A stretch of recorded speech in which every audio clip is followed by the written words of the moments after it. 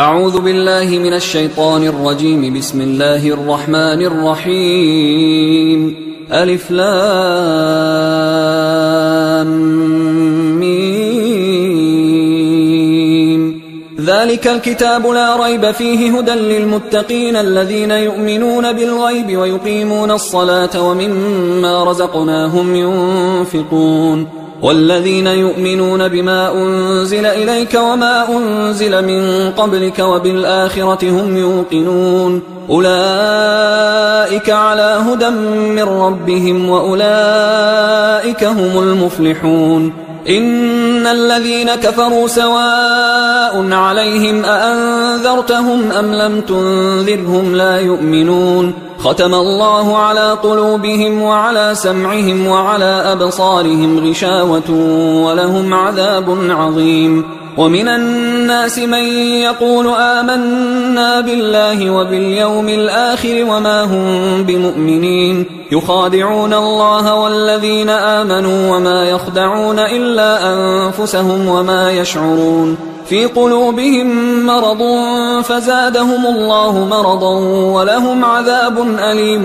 بما كانوا يكذبون. وإذا قيل لهم لا تفسدوا في الأرض قالوا إنما نحن مصلحون ألا إنهم هم المفسدون ولكن لا يشعرون. وإذا قيل لهم آمنوا كما آمن الناس قالوا أنؤمن كما آمن السفهاء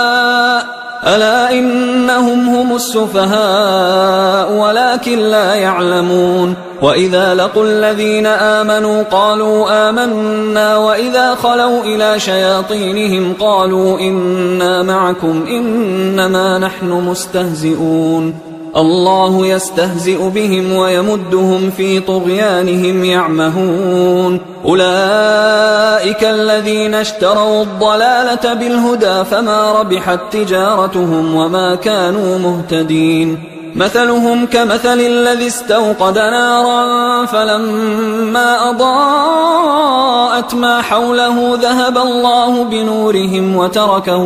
وتركهم في ظلمات لا يبصرون. صم بكم عمي فهم لا يرجعون. أو كصيب من السماء فيه ظلمات ورعد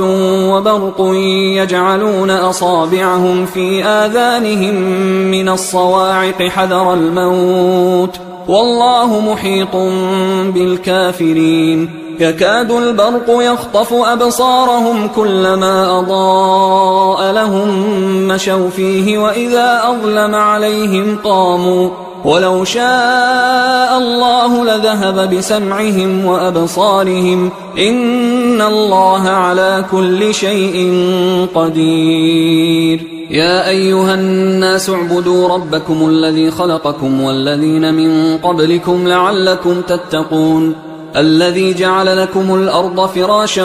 والسماء بناء وأنزل من السماء ماء فأخرج به من الثمرات رزقا لكم فلا تجعلوا لله أندادا وأنتم تعلمون. وإن كنتم في ريب مما نزلنا على عبدنا فأتوا بسورة من مثله وادعوا شهداءكم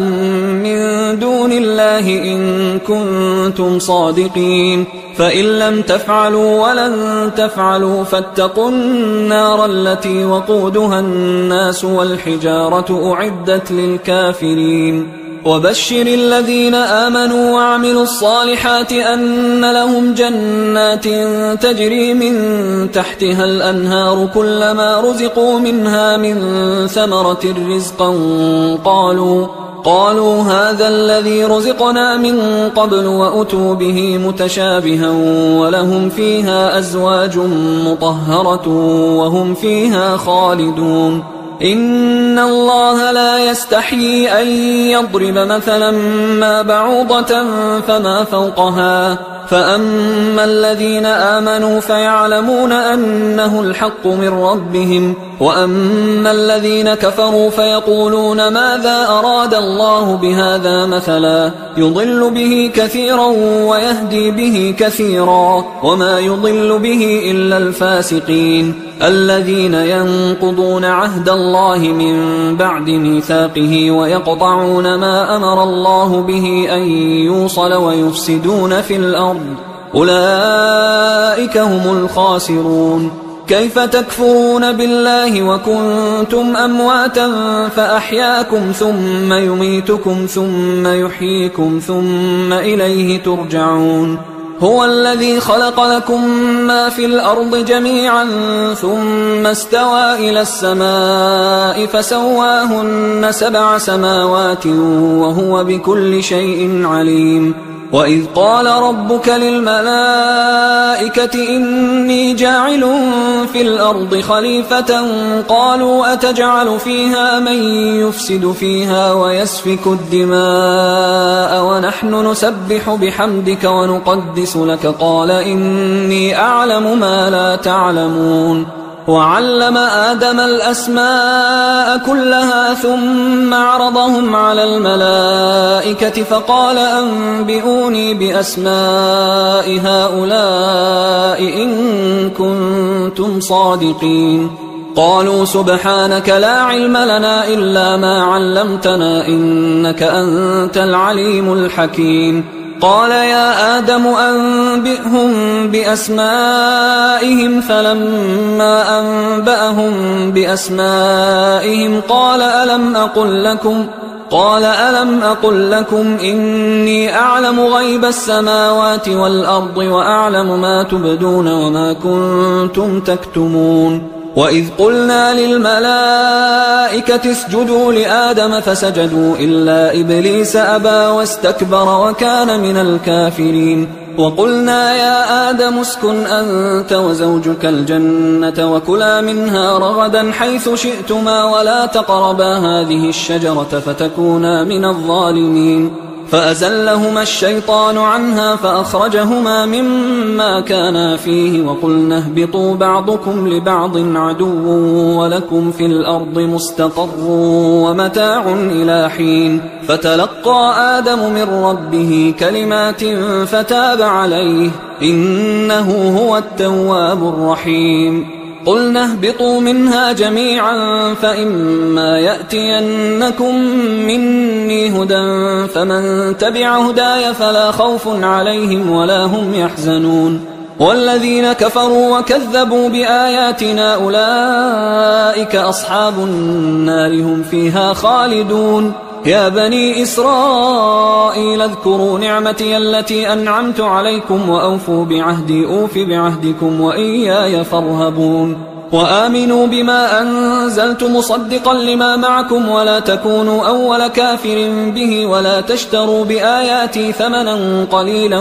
وإياي فاتقون. ولا تلبسوا الحق بالباطل وتكتموا الحق وأنتم تعلمون. وأقيموا الصلاة وآتوا الزكاة واركعوا مع الراكعين. أتأمرون الناس بالبر وتنسون أنفسكم وأنتم تتلون الكتاب أفلا تعقلون. واستعينوا بالصبر والصلاة وإنها لكبيرة إلا على الخاشعين الذين يظنون أنهم ملاقو ربهم وأنهم إليه راجعون. يا بني إسرائيل اذكروا نعمتي التي أنعمت عليكم وأني فضلتكم على العالمين. واتقوا يوما لا تجزي نفس عن نفس شيئا ولا يقبل منها شفاعة ولا يؤخذ منها عدل ولا هم ينصرون. وإذ نجيناكم من آل فرعون يسومونكم سوء العذاب يذبحون أبناءكم ويستحيون نساءكم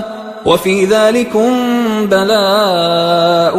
من ربكم عظيم. وإذ فرقنا بكم البحر فأنجيناكم وأغرقنا آل فرعون وأنتم تنظرون. وإذ واعدنا موسى 40 ليلة ثم اتخذتم العجل من بعده وأنتم ظالمون. ثم عفونا عنكم من بعد ذلك لعلكم تشكرون وإذ آتينا موسى الكتاب والفرقان لعلكم تهتدون وإذ قال موسى لقومه يا قوم إنكم ظلمتم أنفسكم باتخاذكم العجل فتوبوا إلى بارئكم فاقتلوا أنفسكم ذلكم خير لكم عند بارئكم فتاب عليكم إنه هو التواب الرحيم وإذ قلتم يا موسى لن نؤمن لك حتى نرى الله جهرة فأخذتكم الصاعقة وأنتم تنظرون ثم بعثناكم من بعد موتكم لعلكم تشكرون وظللنا عليكم الغمام وأنزلنا عليكم المن والسلوى كلوا من طيبات ما رزقناكم وما ظلمونا ولكن كانوا أنفسهم يظلمون وإذ قلنا ادخلوا هذه القرية فكلوا منها حيث شئتم رغدا وادخلوا الباب سجدا وقولوا حطة نغفر لكم خطاياكم وسنزيد المحسنين فبدل الذين ظلموا قولا غير الذي قيل لهم فأنزلنا على الذين ظلموا رجزا من السماء بما كانوا يفسقون وإذ استسقى موسى لقومه فقلنا اضرب بعصاك الحجر فانفجرت منه 12 عينا قد علم كل أناس مشربهم كلوا واشربوا من رزق الله ولا تعثوا في الأرض مفسدين وإذ قلتم يا موسى لن نصبر على طعام واحد فادع لنا ربك يخرج لنا مما تنبت الأرض من بقلها وقثائها وفومها وعدسها وبصلها قال أتستبدلون الذي هو أدنى بالذي هو خير اهبطوا مصرا فإن لكم ما سألتم وضربت عليهم الذلة والمسكنة وباءوا بغضب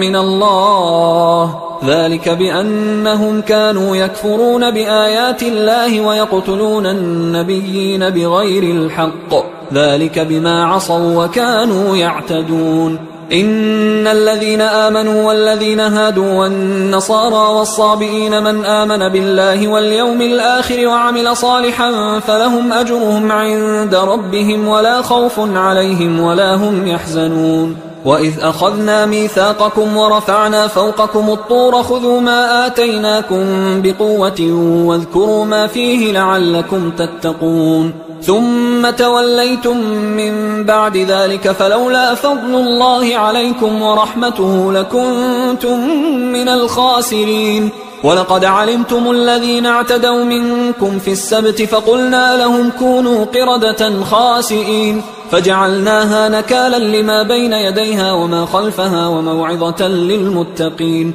وإذ قال موسى لقومه إن الله يأمركم أن تذبحوا بقرة قالوا أتتخذنا هزوا قال أعوذ بالله أن أكون من الجاهلين قالوا ادع لنا ربك يبين لنا ما هي قال إنه يقول إنها بقرة لا فارض ولا بكر عوان بين ذلك فافعلوا ما تؤمرون قالوا ادع لنا ربك يبين لنا ما لونها قال إنه يقول إنها بقرة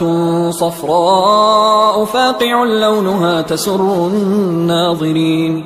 قالوا ادع لنا ربك يبين لنا ما هي إن البقرة شابه علينا وإنا إن شاء الله لمهتدون قال إنه يقول إنها بقرة لا ذلول تثير الأرض ولا تسقي الحرث مسلمة لا شية فيها قالوا الآن جئت بالحق فذبحوها وما كادوا يفعلون وإذ قتلتم نفسا فادارأتم فيها والله مخرج ما كنتم تكتمون فقلنا اضربوه ببعضها كذلك يحيي الله الموتى ويريكم آياته لعلكم تعقلون ثم قست قلوبكم من بعد ذلك فهي كالحجارة أو أشد قسوة وإن من الحجارة لما يتفجر منه الأنهار وإن منها لما يشقق فيخرج منه الماء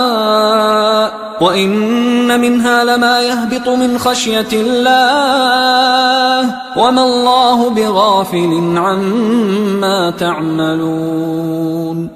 أفتطمعون أن يؤمنوا لكم وقد كان فريق منهم يسمعون كلام الله ثم يحرفونه من بعد ما عقلوه وهم يعلمون. وإذا لقوا الذين آمنوا قالوا آمنا وإذا خلا بعضهم إلى بعض قالوا أتحدثونهم بما فتح الله عليكم ليحاجوكم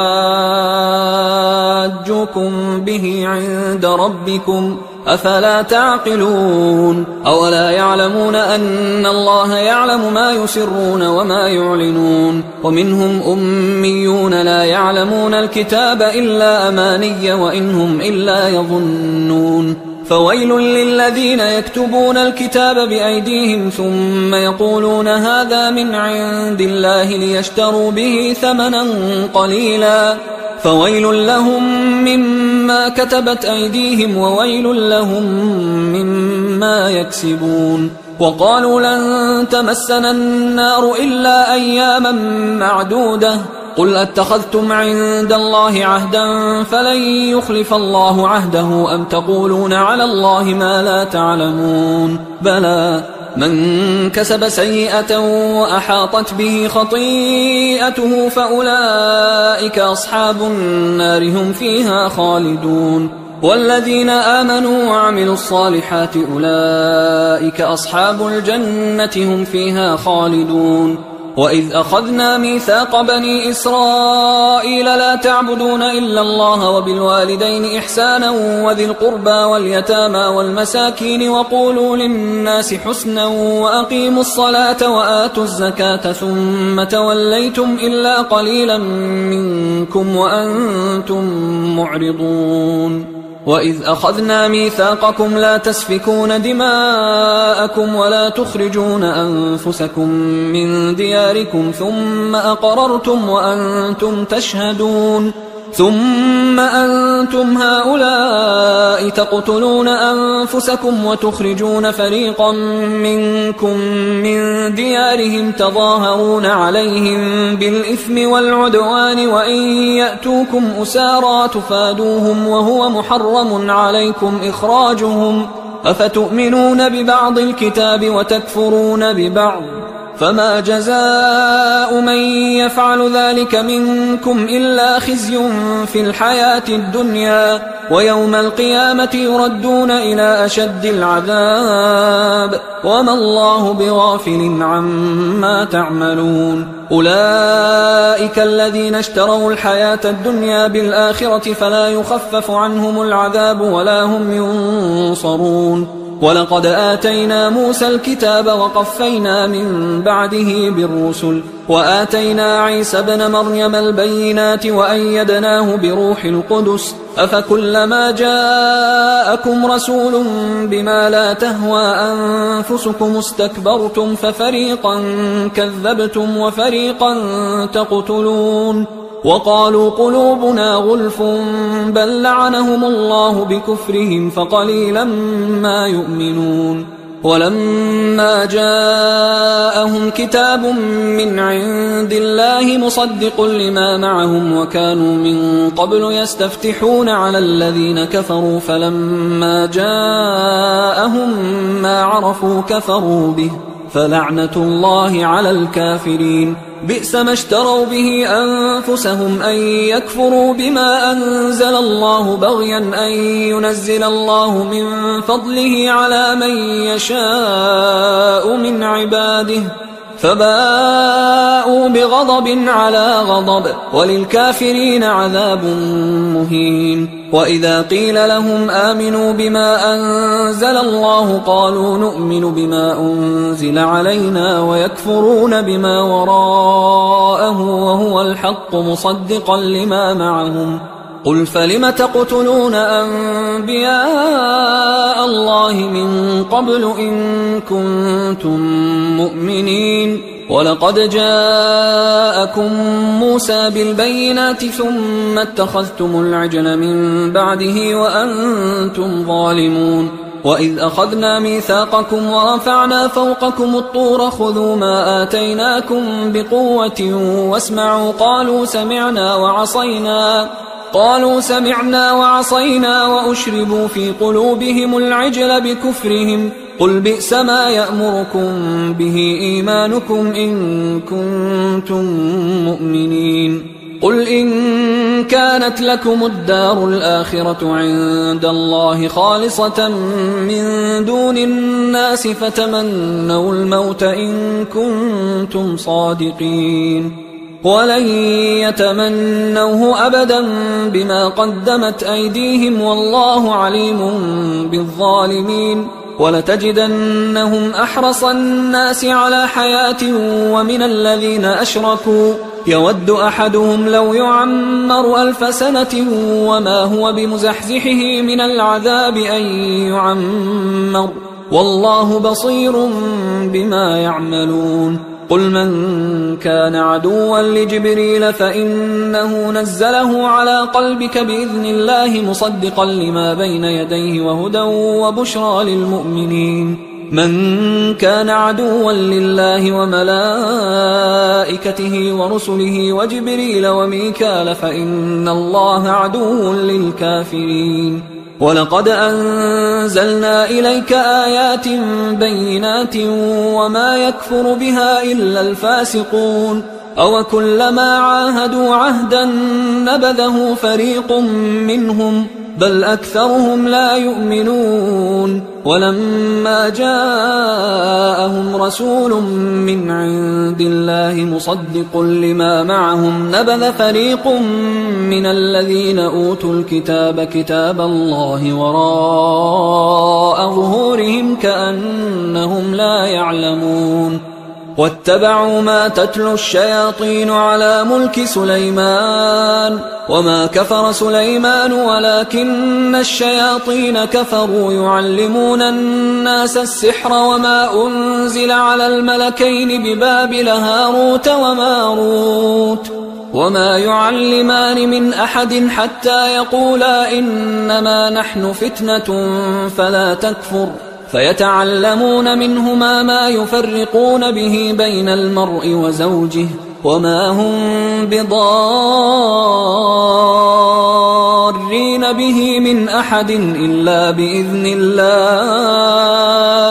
ويتعلمون ما يضرهم ولا ينفعهم ولقد علموا لمن اشتراه ما له في الآخرة من خلاق ولبئس ما شروا به أنفسهم لو كانوا يعلمون ولو أنهم آمنوا واتقوا لمثوبة من عند الله خير لو كانوا يعلمون يا أيها الذين آمنوا لا تقولوا راعنا وقولوا انظرنا واسمعوا وللكافرين عذاب أليم ما يود الذين كفروا من أهل الكتاب ولا المشركين أن ينزل عليكم من خير من ربكم والله يختص برحمته من يشاء والله ذو الفضل العظيم ما ننسخ من آية أو ننسها نأت بخير منها أو مثلها ألم تعلم أن الله على كل شيء قدير ألم تعلم أن الله له ملك السماوات والأرض وما لكم من دون الله من ولي ولا نصير أم تريدون أن تسألوا رسولكم كما سئل موسى من قبل ومن يتبدل الكفر بالإيمان فقد ضل سواء السبيل ود كثير من أهل الكتاب لو يردونكم من بعد إيمانكم كفارا حسدا من عند أنفسهم من بعد ما تبين لهم الحق فاعفوا واصفحوا حتى يأتي الله بأمره إن الله على كل شيء قدير وأقيموا الصلاة وآتوا الزكاة وما تقدموا لأنفسكم من خير تجدوه عند الله إن الله بما تعملون بصير. وقالوا لن يدخل الجنة إلا من كان هودا أو نصارى تلك أمانيهم قل هاتوا برهانكم إن كنتم صادقين بلى من أسلم وجهه لله وهو محسن فله أجره عند ربه ولا خوف عليهم ولا هم يحزنون. وقالت اليهود ليست النصارى على شيء وقالت النصارى ليست اليهود على شيء وهم يتلون الكتاب كذلك قال الذين لا يعلمون مثل قولهم فالله يحكم بينهم يوم القيامة فيما كانوا فيه يختلفون. ومن أظلم ممن منع مساجد الله أن يذكر فيها اسمه وسعى في خرابها أولئك ما كان لهم أن يدخلوها إلا خائفين لهم في الدنيا خزي ولهم في الآخرة عذاب عظيم. ولله المشرق والمغرب فأينما تولوا فثم وجه الله إن الله واسع عليم. وقالوا اتخذ الله ولدا سبحانه بل له ما في السماوات والأرض كل له قانتون بديع السماوات والأرض وإذا قضى أمرا فإنما يقول له كن فيكون. وقال الذين لا يعلمون لولا يكلمنا الله أو تأتينا آية كذلك قال الذين من قبلهم مثل قولهم تشابهت قلوبهم قد بينا الآيات لقوم يوقنون. إنا أرسلناك بالحق بشيرا ونذيرا ولا تسأل عن أصحاب الجحيم. ولن ترضى عنك اليهود ولا النصارى حتى تتبع ملتهم قل إن هدى الله هو الهدى ولئن اتبعت أهواءهم بعد الذي جاءك من العلم ما لك من الله من ولي ولا نصير. الذين آتيناهم الكتاب يتلونه حق تلاوته أولئك يؤمنون به ومن يكفر به فأولئك هم الخاسرون. يا بني إسرائيل اذكروا نعمتي التي أنعمت عليكم وأني فضلتكم على العالمين واتقوا يوما لا تجزي نفس عن نفس شيئا ولا يقبل منها عدل ولا تنفعها شفاعة ولا هم ينصرون. وإذ ابتلى إبراهيم ربه بكلمات فأتمهن قال إني جاعلك للناس إماما قال ومن ذريتي قال لا ينال عهد الظالمين. وإذ جعلنا البيت مثابة للناس وأمنا واتخذوا من مقام إبراهيم مصلى وعهدنا إلى إبراهيم وإسماعيل أن طهرا بيتي للطائفين والعاكفين والركع السجود. وإذ قال إبراهيم رب اجعل هذا بلدا آمنا وارزق أهله من الثمرات من آمن منهم بالله واليوم الآخر قال ومن كفر فأمتعه قليلا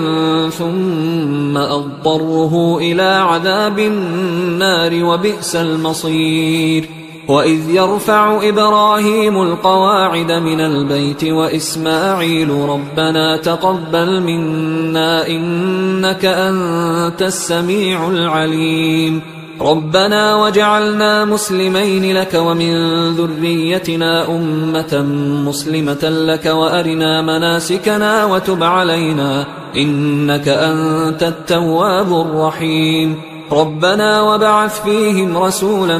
منهم يتلو عليهم آياتك ويعلمهم الكتاب والحكمة ويزكيهم إنك أنت العزيز الحكيم. ومن يرغب عن ملة إبراهيم إلا من سفه نفسه ولقد اصطفيناه في الدنيا وإنه في الآخرة لمن الصالحين. إذ قال له ربه أسلم قال أسلمت لرب العالمين. ووصى بها إبراهيم بنيه ويعقوب يا بني إن الله اصطفى لكم الدين فلا تموتن إلا وأنتم مسلمون. أم كنتم شهداء إذ حضر يعقوب الموت إذ قال لبنيه ما تعبدون من بعدي قالوا نعبد إلهك وإله آبائك إبراهيم وإسماعيل وإسحاق إلها واحدا ونحن له مسلمون. تلك أمة قد خلت لها ما كسبت ولكم ما كسبتم ولا تسألون عما كانوا يعملون. وقالوا كونوا هودا أو نصارى تهتدوا قل بل ملة إبراهيم حنيفا وما كان من المشركين. قولوا آمنا بالله وما أنزل إلينا وما أنزل إلى إبراهيم وإسماعيل وإسحاق ويعقوب والأسباط وما أوتي موسى وعيسى وما أوتي النبيون من ربهم لا نفرق بين أحد منهم ونحن له مسلمون. فإن آمنوا بمثل ما آمنتم به فقد اهتدوا وإن تولوا فإنما هم في شقاق فسيكفيكهم الله وهو السميع العليم. صبغة الله ومن أحسن من الله صبغة ونحن له عابدون. قل أتحاجوننا في الله وهو ربنا وربكم ولنا أعمالنا ولكم أعمالكم ونحن له مخلصون. أم تقولون إن إبراهيم وإسماعيل وإسحاق ويعقوب والأسباط كانوا هودا أو نصارى قل أأنتم أعلم أم الله ومن أظلم ممن كتم شهادة عنده من الله وما الله بغافل عما تعملون. تلك أمة قد خلت لها ما كسبت ولكم ما كسبتم ولا تسألون عما كانوا يعملون. سيقول السفهاء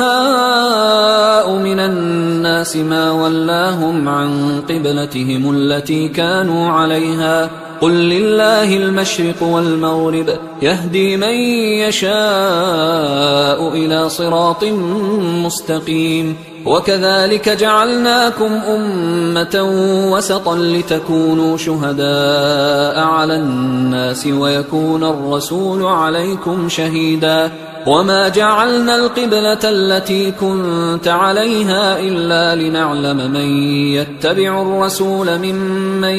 ينقلب على عقبيه وإن كانت لكبيرة إلا على الذين هدى الله وما كان الله ليضيع إيمانكم إن الله بالناس لرؤوف رحيم. قد نرى تقلب وجهك في السماء فلنولينك قبلة ترضاها فول وجهك شطر المسجد الحرام وحيث ما كنتم فولوا وجوهكم شطره وإن الذين أوتوا الكتاب ليعلمون أنه الحق من ربهم وما الله بغافل عما يعملون. ولئن أتيت الذين أوتوا الكتاب بكل آية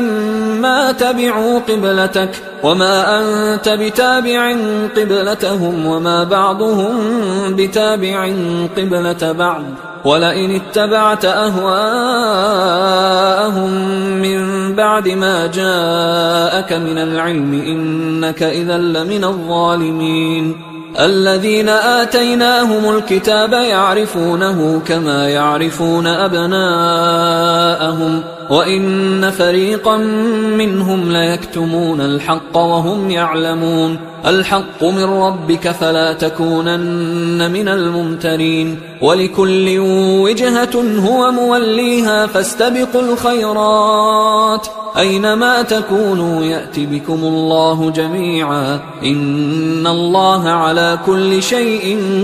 قدير ومن حيث خرجت فول وجهك شطر المسجد الحرام وإنه للحق من ربك وما الله بغافل عما تعملون ومن حيث خرجت فول وجهك شطر المسجد الحرام وحيث ما كنتم فولوا وجوهكم شطره لئلا يكون للناس عليكم حجة إلا الذين ظلموا منهم فلا تخشوهم واخشوني ولأتم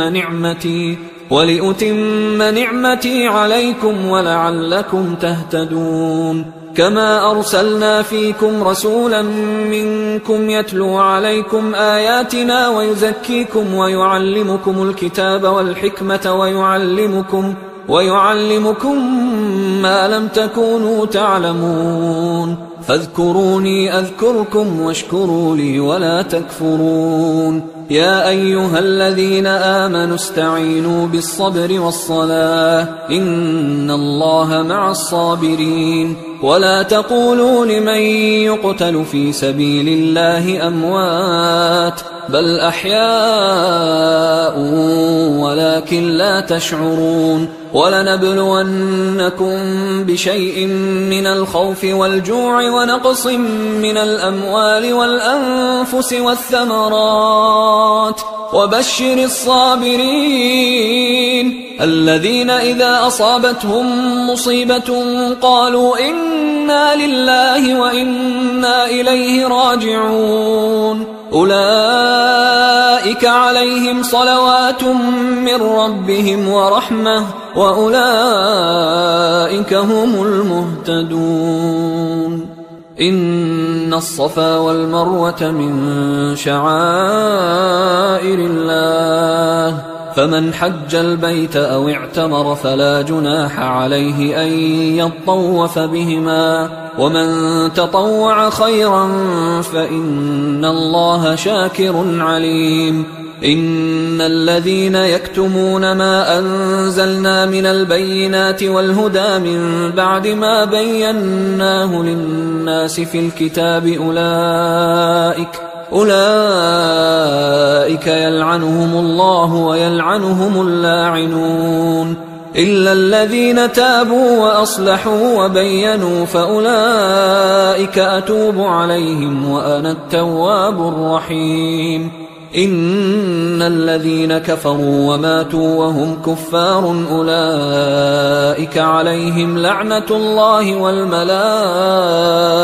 والناس أجمعين خالدين فيها لا يخفف عنهم العذاب ولا هم ينظرون وإلهكم إله واحد لا إله إلا هو الرحمن الرحيم إن في خلق السماوات والأرض واختلاف الليل والنهار والفلك التي تجري في البحر بما ينفع الناس وما أنزل الله من السماء من ماء فأحيا به الأرض بعد موتها وبث فيها من كل دابة وتصريف الرياح والسحاب المسخر بين السماء والأرض لآيات لقوم يعقلون ومن الناس من يتخذ من دون الله أندادا يحبونهم كحب الله والذين آمنوا أشد حبا لله ولو يرى الذين ظلموا إذ يرون العذاب أن القوة لله جميعا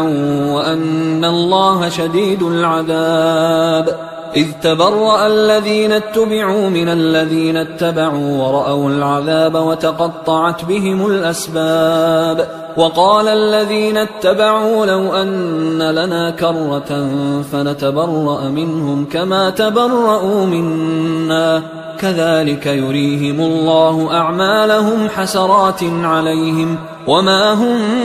بخارجين من النار. يا أيها الناس كلوا مما في الأرض حلالا طيبا ولا تتبعوا خطوات الشيطان إنه لكم عدو مبين. إنما يأمركم بالسوء والفحشاء وأن تقولوا على الله ما لا تعلمون. وإذا قيل لهم اتبعوا ما أنزل الله قالوا بل نتبع ما ألفينا عليه آباءنا أولو كان آباؤهم لا يعقلون شيئا ولا يهتدون. ومثل الذين كفروا كمثل الذي ينعق بما لا يسمع إلا دعاء ونداء صم بكم عمي فهم لا يعقلون. يا أيها الذين آمنوا كلوا من طيبات ما رزقناكم واشكروا لله إن كنتم إياه تعبدون. إنما حرم عليكم الميتة والدم ولحم الخنزير وما أهل به لغير الله فمن اضطر غير باغ ولا عاد فلا إثم عليه إن الله غفور رحيم. إن الذين يكتمون ما أنزل الله من الكتاب ويشترون به ثمنا قليلا أولئك ما يأكلون في بطونهم إلا النار ولا يكلمهم الله يوم القيامة ولا يزكيهم ولهم عذاب أليم. أولئك الذين اشتروا الضلالة بالهدى والعذاب بالمغفرة فما أصبرهم على النار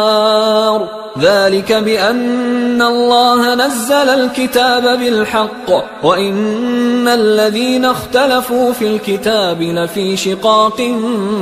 بعيد. ليس البر أن تولوا وجوهكم قبل المشرق والمغرب ولكن البر من آمن بالله واليوم الآخر والملائكة والكتاب والنبيين وآتى المال على حبه ذوي القربى واليتامى والمساكين وابن السبيل والسائلين وفي الرقاب وأقام الصلاة وآتى الزكاة والموفون بعهدهم إذا عاهدوا والصابرين في البأساء والضراء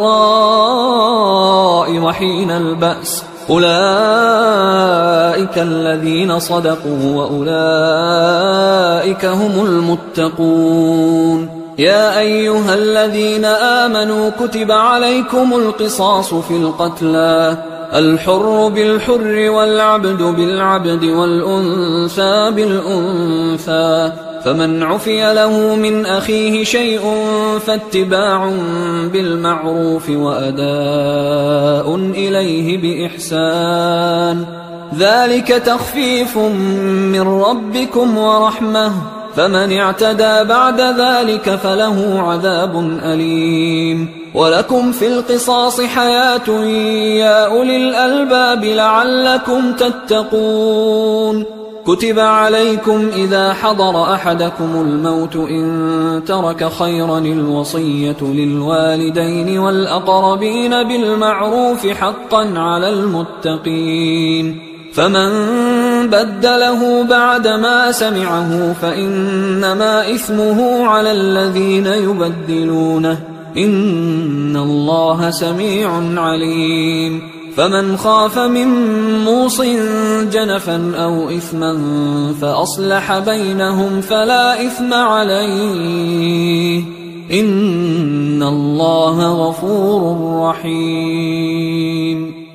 يا أيها الذين آمنوا كتب عليكم الصيام كما كتب على الذين من قبلكم لعلكم تتقون أياما معدودات، فمن كان منكم مريضا أو على سفر فعدة من أيام أخر، وعلى الذين يطيقونه فدية طعام مسكين، فمن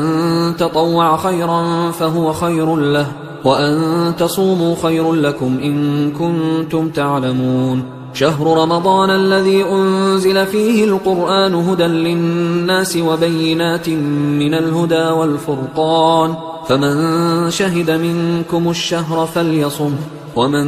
كان مريضا أو على سفر فعدة من أيام أخر، يريد الله بكم اليسر ولا يريد بكم العسر ولتكملوا العدة ولتكبروا الله على ما هداكم ولعلكم تشكرون. وإذا سألك عبادي عني فإني قريب أجيب دعوة الداع إذا دعان، فليستجيبوا لي وليؤمنوا بي لعلهم يرشدون. أحل لكم ليلة الصيام الرفث إلى نسائكم هن لباس لكم وأنتم لباس لهن، علم الله أنكم كنتم تختانون أنفسكم فتاب عليكم وعفى عنكم، فالآن باشروهن وابتغوا ما كتب الله لكم، وكلوا واشربوا حتى يتبين لكم الخيط الأبيض من الخيط الأسود من الفجر، ثم أتموا الصيام إلى الليل، ولا تباشروهن وأنتم عاكفون في المساجد،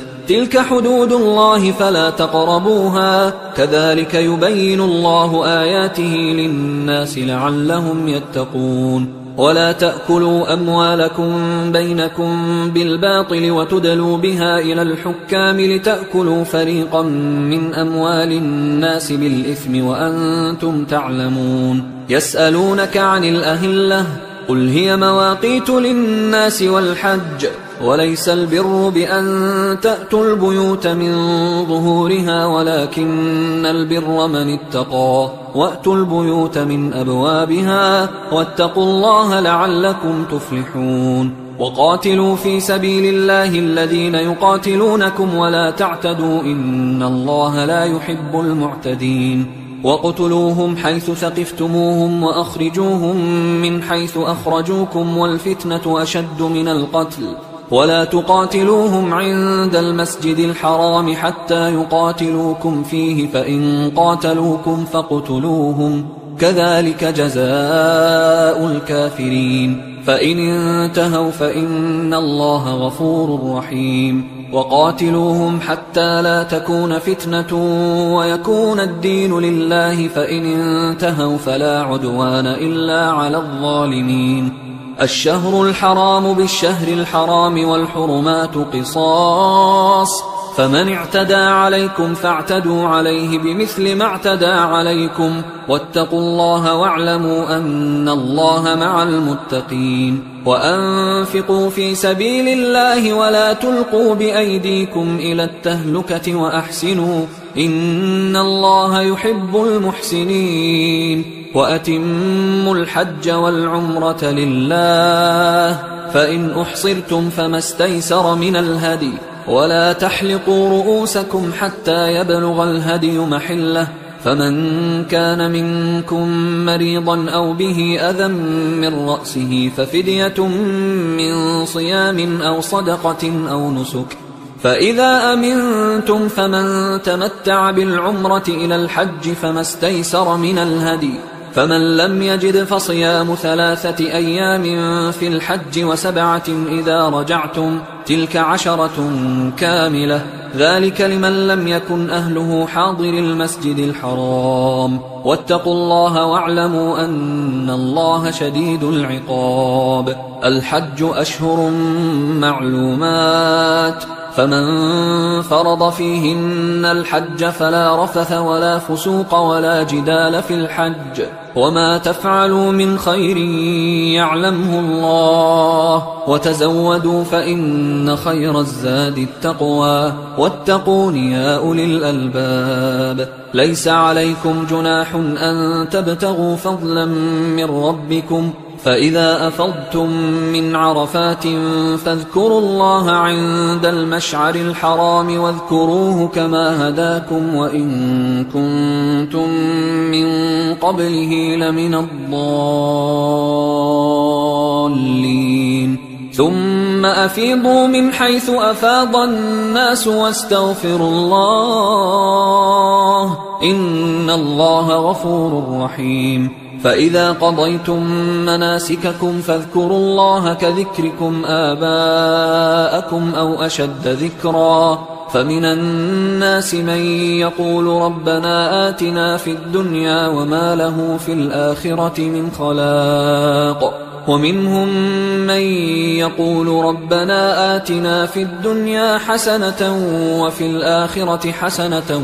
وقنا عذاب النار أولئك لهم نصيب مما كسبوا والله سريع الحساب واذكروا الله في أيام معدودات فمن تعجل في يومين فلا إثم عليه ومن تأخر فلا إثم عليه لمن اتقى واتقوا الله واعلموا أنكم إليه تحشرون ومن الناس من يعجبك قوله في الحياة الدنيا ويشهد الله على ما في قلبه وهو ألد الخصام وإذا تولى سعى في الأرض ليفسد فيها ويهلك الحرث والنسل والله لا يحب الفساد وإذا قيل له اتق الله أخذته العزة بالإثم فحسبه جهنم ولبئس المهاد ومن الناس من يشري نفسه ابتغاء مرضات الله والله رؤوف بالعباد يا أيها الذين آمنوا ادخلوا في السلم كافة ولا تتبعوا خطوات الشيطان إنه لكم عدو مبين فإن زللتم من بعد ما جاءتكم البينات فاعلموا أن الله عزيز حكيم هل ينظرون إلا أن يأتيهم الله في ظلل من الغمام والملائكة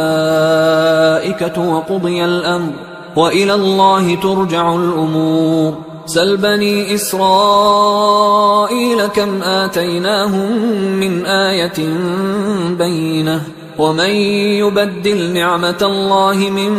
بعد ما جاءته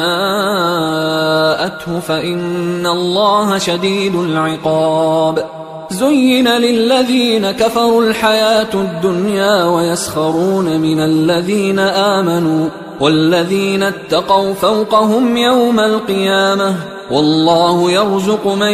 يشاء بغير حساب كان الناس أمة واحدة فبعث الله النبيين مبشرين ومنذرين وأنزل معهم الكتاب بالحق ليحكم بين الناس فيما اختلفوا فيه وما اختلف فيه إلا الذين أوتوه من بعد ما جاءتهم البينات بغيا بينهم فهدى الله الذين آمنوا لما اختلفوا فيه من الحق بإذنه والله يهدي من يشاء إلى صراط مستقيم أم حسبتم أن تدخلوا الجنة ولما يأتكم مثل الذين خلوا من قبلكم مستهم البأساء والضراء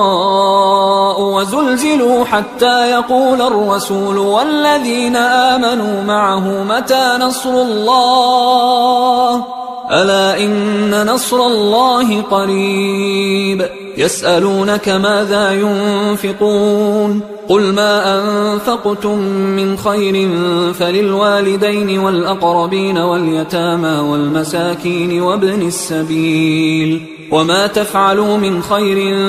فإن الله به عليم كتب عليكم القتال وهو كره لكم وعسى أن تكرهوا شيئا وهو خير لكم وعسى أن تحبوا شيئا وهو شر لكم والله يعلم وأنتم لا تعلمون يسألونك عن الشهر الحرام قتال فيه قل قتال فيه كبير وصد عن سبيل الله وكفر به والمسجد الحرام وإخراج أهله منه أكبر عند الله والفتنة أكبر من القتل ولا يزالون يقاتلونكم حتى يردوكم عن دينكم إن استطاعوا ومن يرتدد منكم عن دينه فيمت وهو كافر فأولئك حبطت أعمالهم في الدنيا والآخرة وأولئك أصحاب النار هم فيها خالدون إن الذين آمنوا والذين هاجروا وجاهدوا في سبيل الله أولئك يرجون رحمة الله والله غفور رحيم يسألونك عن الخمر والميسر قل فيهما إثم كبير ومنافع للناس وإثمهما أكبر من نفعهما ويسألونك ماذا ينفقون قل العفو كذلك يبين الله لكم الآيات لعلكم تتفكرون في الدنيا والآخرة ويسألونك عن اليتامى قل إصلاح لهم خير وإن تخالطوهم فإخوانكم والله يعلم المفسد من المصلح ولو شاء الله لأعنتكم إن الله عزيز حكيم ولا تنكحوا المشركات حتى يؤمن ولأمة مؤمنة خير من مشركة ولو أعجبتكم ولا تنكحوا المشركين حتى يؤمنوا ولعبد مؤمن خير من مشرك ولو أعجبكم أولئك يدعون إلى النار والله يدعو إلى الجنة والمغفرة بإذنه ويبين آياته للناس لعلهم يتذكرون ويسألونك عن المحيض قل هو أذى فاعتزلوا النساء في المحيض ولا تقربوهن حتى يطهرن فإذا تطهرن فأتوهن من حيث أمركم الله إن الله يحب التوابين ويحب المتطهرين نساؤكم حرث لكم فأتوا حرثكم أنى شئتم وقدموا لأنفسكم واتقوا الله واعلموا أنكم ملاقوه وبشر المؤمنين ولا تجعلوا الله عرضة لأيمانكم أن تبروا وتتقوا وتصلحوا بين الناس والله سميع عليم لا يؤاخذكم الله باللغو في أيمانكم ولكن يؤاخذكم بما كسبت قلوبكم والله غفور حليم للذين يؤلون من نسائهم تربص 4 أشهر فإن فاءوا فإن الله غفور رحيم وإن عزموا الطلاق فإن الله سميع عليم والمطلقات يتربصن بأنفسهن 3 قروء ولا يحل لهن أن يكتمن ما خلق الله في أرحامهن إن كن يؤمن بالله واليوم الآخر وبعولتهن أحق بردهن في ذلك إن أرادوا إصلاحا ولهن مثل الذي عليهن بالمعروف وللرجال عليهن درجة والله عزيز حكيم الطلاق 2 فإمساك بمعروف أو تسريح بإحسان ولا يحل لكم أن تأخذوا مما آتيتموهن شيئا إلا أن يخافا ألا يقيما حدود الله فإن خفتم ألا يقيما حدود الله فلا جناح عليهما فيما افتدت به، تلك حدود الله فلا تعتدوها، ومن يتعد حدود الله فأولئك هم الظالمون. فإن طلقها فلا تحل له من بعد حتى تنكح زوجا غيره، فإن طلقها فلا جناح عليهما أن يتراجعا إن ظنا أن يقيما حدود الله، وتلك حدود الله يبينها لقوم يعلمون. وإذا طلقتم النساء فبلغن أجلهن فأمسكوهن بمعروف أو سرحوهن بمعروف، ولا تمسكوهن ضرارا لتعتدوا، ومن يفعل ذلك فقد ظلم نفسه. ولا تتخذوا آيات الله هزوا، واذكروا نعمة الله عليكم وما أنزل عليكم من الكتاب والحكمة يعظكم به، واتقوا الله واعلموا أن الله بكل شيء عليم. وإذا طلقتم النساء فبلغن أجلهن فلا تعضلوهن أن ينكحن أزواجهن إذا تراضوا بينهم بالمعروف، ذلك يوعظ به من كان منكم يؤمن بالله واليوم الآخر، ذلكم أزكى لكم وأطهر، والله يعلم وأنتم لا تعلمون. والوالدات يرضعن أولادهن حولين كاملين لمن أراد أن يتم الرضاعة، وعلى المولود له رزقهن وكسوتهن بالمعروف، لا تكلف نفس إلا وسعها، لا تضار والدة بولدها ولا مولود له بولده، وعلى الوارث مثل ذلك، فإن أرادا فصالا عن تراض منهما وتشاور فلا جناح عليهما. وإن أردتم أن تسترضعوا أولادكم فلا جناح عليكم إذا سلمتم ما آتيتم بالمعروف، واتقوا الله واعلموا أن الله بما تعملون بصير. والذين يتوفون منكم ويذرون أزواجا يتربصن بأنفسهن 4 أشهر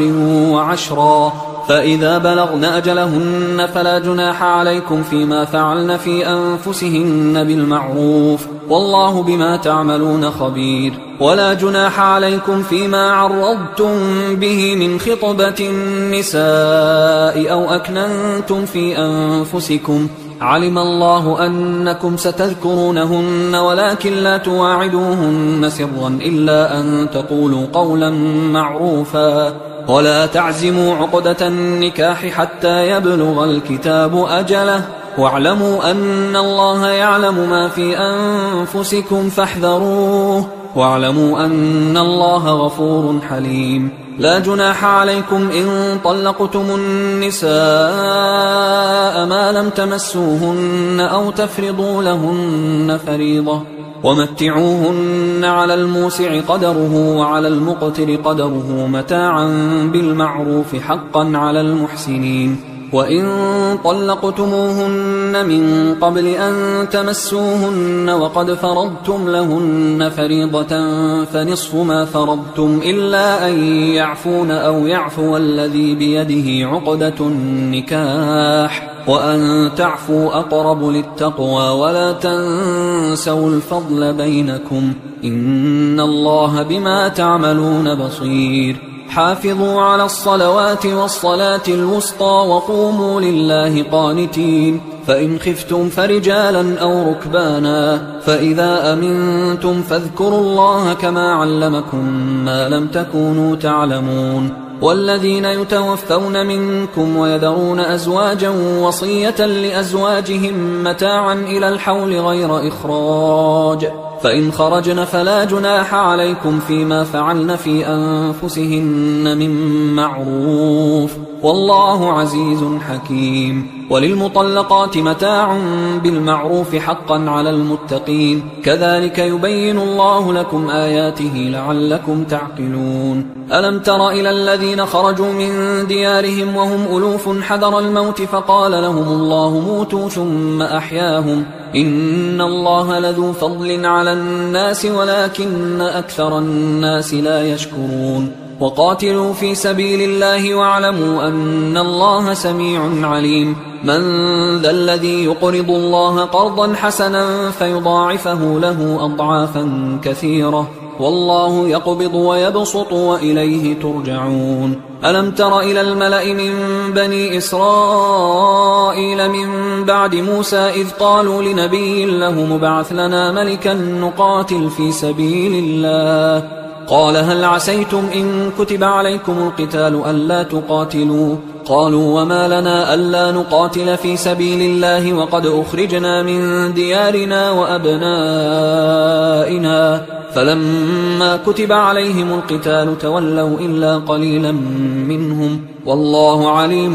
بالظالمين. وقال لهم نبيهم إن الله قد بعث لكم طالوت ملكا، قالوا أنى يكون له الملك علينا ونحن أحق بالملك منه ولم يؤت سعة من المال، قال إن الله اصطفاه عليكم وزاده بسطة في العلم والجسم والله يؤتي ملكه من يشاء والله واسع عليم. وقال لهم نبيهم إن آية ملكه أن يأتيكم التابوت فيه سكينة من ربكم وبقية مما ترك آل موسى وآل هارون تحمله الملائكة، إن في ذلك لآية لكم إن كنتم مؤمنين. فلما فصل طالوت بالجنود قال إن الله مبتليكم بنهر فمن شرب منه فليس مني ومن لم يطعمه فإنه مني إلا من اغترف غرفة بيده، فشربوا منه إلا قليلا منهم. فلما جاوزه هو والذين آمنوا معه قالوا لا طاقة لنا اليوم بجالوت وجنوده. قال الذين يظنون أنهم ملاقوا الله كم من فئة قليلة غلبت فئة كثيرة بإذن الله والله مع الصابرين. ولما برزوا لجالوت وجنوده قالوا ربنا أفرغ علينا صبرا وثبت أقدامنا وانصرنا على القوم الكافرين، فهزموهم بإذن الله. وقتل داود جالوت وآتاه الله الملك والحكمة وعلمه مما يشاء، ولولا دفع الله الناس بعضهم ببعض لفسدت الأرض ولكن الله ذو فضل على العالمين. تلك آيات الله نتلوها عليك بالحق وإنك لمن المرسلين. تلك الرسل فضلنا بعضهم على بعض، منهم من كلم الله ورفع بعضهم درجات، وآتينا عيسى ابن مريم البينات وأيدناه بروح القدس، ولو شاء الله ما اقتتل الذين من بعدهم من بعد ما جاءتهم البينات ولكن اختلفوا فمنهم من آمن ومنهم من كفر، ولو شاء الله ما اقتتلوا ولكن الله يفعل ما يريد. يا أيها الذين آمنوا أنفقوا مما رزقناكم من قبل أن يأتي يوم لا بيع فيه ولا خلة ولا شفاعة والكافرون هم الظالمون. الله لا إله إلا هو الحي القيوم لا تأخذه سنة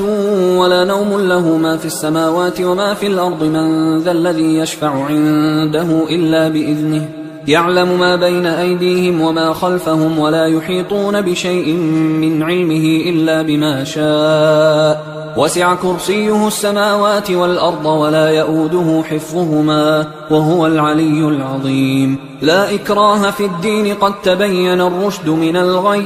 فمن يكفر بالطاغوت ويؤمن بالله فقد استمسك بالعروة الوثقى لا انفصام لها، والله سميع عليم. الله ولي الذين آمنوا يخرجهم من الظلمات إلى النور، والذين كفروا أولياؤهم الطاغوت يخرجونهم من النور إلى الظلمات، أولئك أصحاب النار هم فيها خالدون. ألم تر إلى الذي حاج إبراهيم في ربه أن آتاه الله الملك إذ قال إبراهيم ربي الذي يحيي ويميت قال أنا أحيي وأميت. قال إبراهيم فإن الله يأتي بالشمس من المشرق فأت بها من المغرب فبهت الذي كفر والله لا يهدي القوم الظالمين. أو كالذي مر على قرية وهي خاوية على عروشها قال أنى يحيي هذه الله بعد موتها فأماته الله 100 عام ثم بعثه قال كم لبثت؟ قال لبثت يوما أو بعض يوم. قال بل لبثت 100 عام فانظر إلى طعامك وشرابك لم يتسنه وانظر إلى حمارك ولنجعلك آية للناس وانظر إلى العظام كيف ننشزها ثم نكسوها لحما فلما تبين له قال أعلم أن الله على كل شيء قدير. وإذ قال إبراهيم رب أرني كيف تحيي الموتى قال أولم تؤمن قال بلى ولكن ليطمئن قلبي قال فخذ 4 من الطير فصرهن إليك ثم اجعل على كل جبل منهن جزءا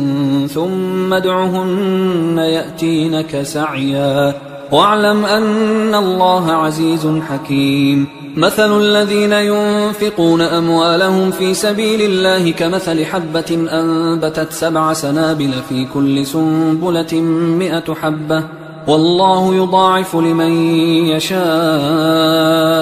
والله واسع عليم. الذين ينفقون أموالهم في سبيل الله ثم لا يتبعون ما أنفقوا منا ولا أذى لهم أجرهم عند ربهم ولا خوف عليهم ولا هم يحزنون. قول معروف ومغفرة خير من صدقة يتبعها أذى والله غني حليم. يا أيها الذين آمنوا لا تبطلوا صدقاتكم بالمن والأذى كالذي ينفق ماله رئاء الناس ولا يؤمن بالله واليوم الآخر فمثله كمثل صفوان عليه تراب فأصابه وابل فتركه صلدا لا يقدرون على شيء مما كسبوا والله لا يهدي القوم الكافرين. ومثل الذين ينفقون أموالهم ابتغاء مرضات الله وتثبيتا من أنفسهم كمثل جنة بربوة أصابها وابل فآتت أكلها ضعفين فإن لم يصبها وابل فطل والله بما تعملون بصير. أيود أحدكم أن تكون له جنة من نخيل وأعناب تجري من تحتها الأنهار له فيها من كل الثمرات وأصابه الكبر وله ذرية ضعفاء فأصابها إعصار فيه نار فاحترقت كذلك يبين الله لكم الآيات لعلكم تتفكرون. يا أيها الذين آمنوا أنفقوا من طيبات ما كسبتم ومما أخرجنا لكم من الأرض ولا تيمموا الخبيث منه تنفقون ولستم بآخذيه إلا أن تغمضوا فيه واعلموا أن الله غني حميد. الشيطان يعدكم الفقر ويأمركم بالفحشاء والله يعدكم مغفرة منه وفضلا والله واسع عليم يؤتي الحكمة من يشاء ومن يؤت الحكمة فقد أوتي خيرا كثيرا وما يذكر إلا أولو الألباب وما أنفقتم من نفقة أو نذرتم من نذر فإن الله يعلمه وما للظالمين من أنصار إن تبدوا الصدقات فنعما هي وإن تخفوها وتؤتوها الفقراء فهو خير لكم ويكفر عنكم من سيئاتكم والله بما تعملون خبير ليس عليك هداهم ولكن الله يهدي من يشاء وما تنفقوا من خير فلأنفسكم وما تنفقون إلا ابتغاء وجه الله وما تنفقوا من خير يوفى إليكم وأنتم لا تظلمون للفقراء الذين أحصروا في سبيل الله لا يستطيعون ضربا في الأرض يحسبهم الجاهل أغنياء من التعفف تعرفهم بسيماهم لا يسألون الناس إلحافا وما تنفقوا من خير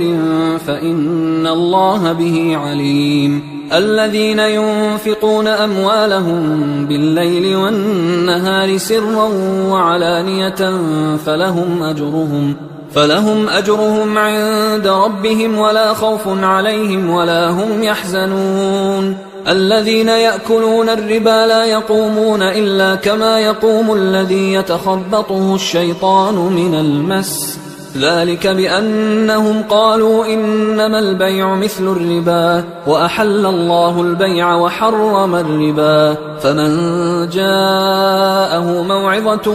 من ربه فانتهى فله ما سلف وأمره إلى الله ومن عاد فأولئك أصحاب النار هم فيها خالدون يمحق الله الربا ويربي الصدقات والله لا يحب كل كفار أثيم إن الذين آمنوا وعملوا الصالحات وأقاموا الصلاة وآتوا الزكاة لهم أجرهم عند ربهم ولا خوف عليهم ولا هم يحزنون يا أيها الذين آمنوا اتقوا الله وذروا ما بقي من الربا إن كنتم مؤمنين فإن لم تفعلوا فأذنوا بحرب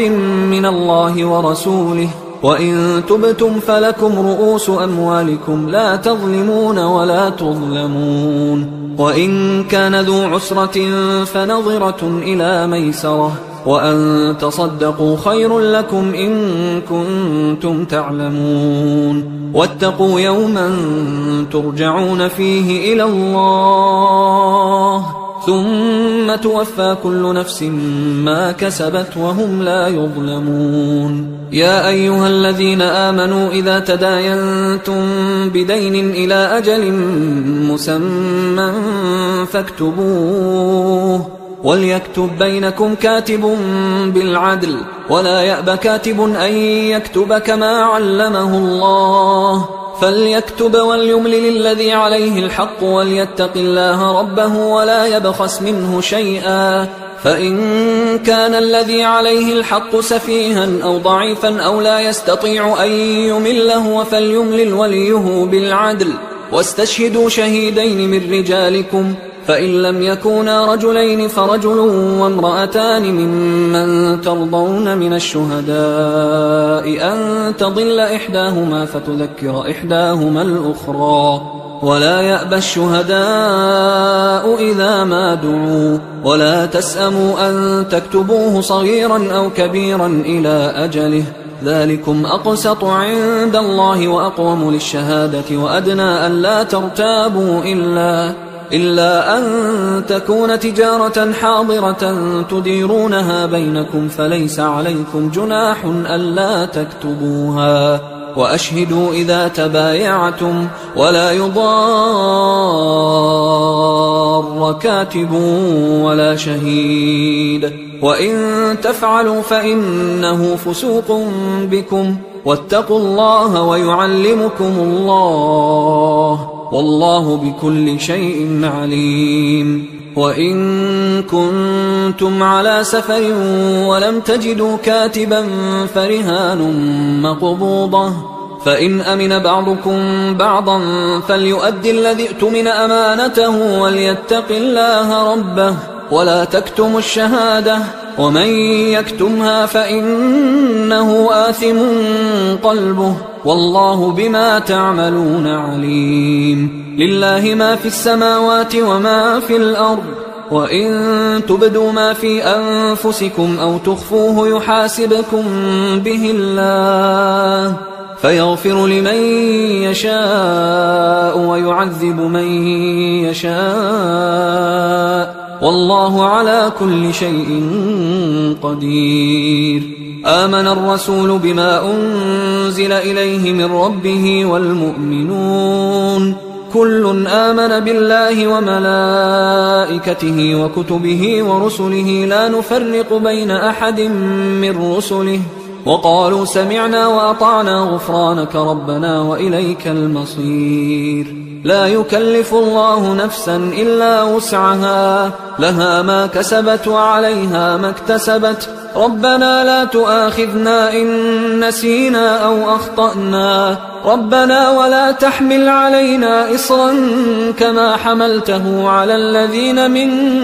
قبلنا، ربنا ولا تحملنا ما لا طاقة لنا به، واعف عنا واغفر لنا وارحمنا، أنت مولانا فانصرنا على القوم الكافرين. حصريا على قارئ القرآن.